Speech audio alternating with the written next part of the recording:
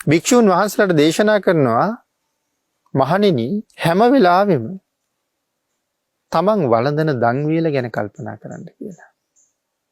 සිව්පසය පිළිබඳව කල්පනා කරන්න. එහෙම කල්පනා කරලා තමන්ටත් සිව්පසය දෙන දායකයන්ටත් සාධාරණයක් කරගන්න වැඩ කරගන්න කියලා. මොකද මේ දානි ටික ගෙනල්ලා දෙන්නේ අපේ අම්මා නෙමෙයිනේ. තාත්තා නෙමෙයිනේ. සහෝදරයෝ නෙමෙයිනේ. නෑදෑයොත් නෙමෙයිනේ. අම්මා නොවිච්ච, තාත්තා නොවිච්ච, සහෝදරයෝ නොවිච්ච, නෑදෑයෝ නොවිච්ච පිරිසක් තමයි මේ සිව්පසය අරගෙන ඉන්නේ. එතකොට මේ සිව්පසය ගේන්නේ කොහොමද? සමහර අය දරුවන්ට වේල කණ්ඩ දෙන්නේ නැතුව පන්සලට දානේ අරගෙන ඉන්නේ. සමහරට දරුවන්ට කිරි හොදී බති. නැත්තම් දරුවන්ට සම්බෝලයි බති. සමහරලට දරුවෝ ගෙදර හාමත් වෙනවා. ළමයින්ට යමක් උයලා දෙන්න තියෙන මුදල භික්ෂුන් වහන්සේලාට දානේ හදාගෙන ඉන්න කැප කරනවා. එහෙම කැපකිරීම කරලා තමනුත් බඩගින්නේ ඉඳලා මේ භික්ෂුන් වහන්සේලාට දානේ දෙනවා කියලා කියන්නේ ඒ දායකයා තමන්ට යමක් බලාපොරොත්තු වෙනවා ඒකෙන්. සුළුපටු දෙයක් නෙමේ, මහත් ලොකු අර්ථයක් ජීවිතයට බලාපොරොත්තු වෙනවා. ඒ අර්ථය සම්පූර්ණ කරන්න බැරි වුණොත් ඒ වළඳන හැම බත් ඇටයක්ම ණයටයි වළඳන්නේ. භාග්‍යතුන් වහන්සේ දේශනා කළේ ඒ බත් ඇට ගිලිනවට වඩා මහණෙනි ගිනි අඟුරු ගිලින එක සැපයි කියලා. ගිනි අඟුරු ගිලින එක සැපයි. එතකොට ගිනි අඟුරු ගිලින එක කොච්චර අමාරුද? නමුත් භාග්‍යතුන් වහන්සේ ඇයි ගිනි අඟුරු ගිලින එක සැපයි කියලා කියන්නේ? ඒ ගිනි අඟුරු ගිලිනකොට මැරුණොත් ඒ ජීවිතේ විතරයිනේ. නමුත් මේ බත් ඇට දුස්සීලව ගිලලා අවුරුදු කෝටි ප්‍රකෝටි ගාණක් විඳවන්න වෙනවා. අරකනම් එක ජීවිතයකින්ම ඉවරයි. ඒකයි ඒක සැපයි කියලා දේශනා කළේ. ඒ නිසා භික්ෂුවට දේශනා කළා නිරන්තරයෙන් තමන් විමසලා ආවර්ජනය කරලා සිහියෙන් ඉන්න ඕනේ. මේ සිව්පසයේ භුක්ති විඳින්න සුදුසු මට්ටමින් ඉන්නවද කියලා.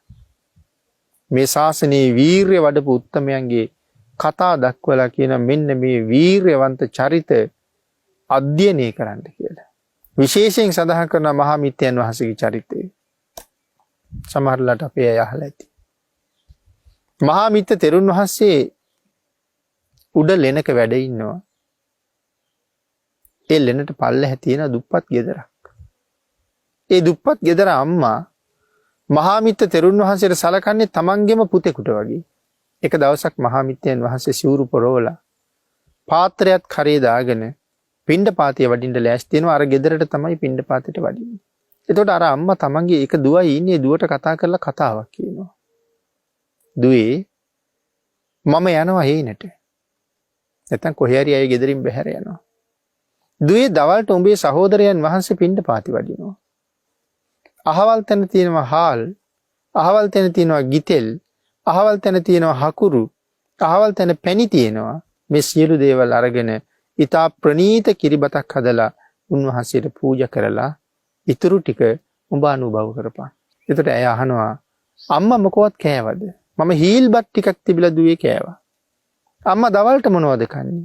මට හාල් පතක් දාලා කොළ ටිකක් දාලා ඇඹුල් කැඳක් හදලා දියාපන් කියලා කිව්වා. ඕක තෙරුන් වහන්සේට ඇහුණා. උන්වහන්සේ කල්පනා කළා මහලු උපවාසිකාව උදේට හීල්බත් අනුභව කරලා දවල්ට ඇඹුල් කැඳක් වළඳන්න හදනවා. නමුත් මට තෙල් ගිතෙල් හකුරු පැණි දාලා ප්‍රණීත දන් වේලක් දීපන් කියලා දුවට කියනවා. තමන්ටම කතා කරලා කියනවා මහා මිත්‍ය මේ දාන වේල අද වළඳනවා නම් ඔබ ඒකට සුදුසෙක් වෙලාම වැළඳිය යුතුයි. උන්වහන්සේ නැවත පාත්‍රයේ තවිකයට දැම්මා. ඇඳ යටින් තිබ්බා. වෙනදා වාඩි වෙන පළඟේ වාඩි වුණා. තීරණය කළා නැවත මේ නිවසේට පිණ්ඩපාත යන්නේ සව් කෙලස් නැසල මිසක් නැත්තම් යන්නේ නැහැ කියලා. වීරයෙන් වාඩි වුණා. උන්වහන්සේට පුළුවන් වුණා ටික වෙලාවක් යනකොට සියලු කෙලස් දුරු කරන්න. කුටියේ දොර ඇරලා බලනකොට උන්වහන්සේ දැනගත්ත තාමත් උදේවරුවමයි කියලා. කුටිය ළඟ ගහේ හිටපු රුක්ෂ දේවතාවා උන්වහන්සේට ප්‍රශංසා කර කර වන්දනා කළා. පුරුෂාජානීයයන් වහන්සේ ඔබ වහන්සේට මාගේ নমස්කාරය. උන්වහන්සේ පස්සේ පිණ්ඩපාතයට වැඩියා. අර මහලු කාන්තාව ඇවිල්ලා අහනවා දුවේ උඹේ සහෝදරයා දානෙට ආවද?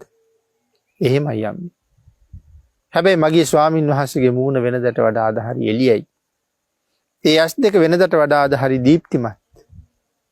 අම්මා සඳහන් කරනවා දුවේ උඹේ සහෝදරයා මේ ශාසනයේ යම් අරමුණක් කරා පැවිදි වුණා නම් ඒ ශ්‍රමණ ධර්මය අද මුදුන්පත් කරගන්න ඇති. ආන් එහෙම වීරියවන්තයන්ට තමයි මේ ශාසනීය සුදුසු කියලා ධර්මයේ සඳහන් කරන්නේ.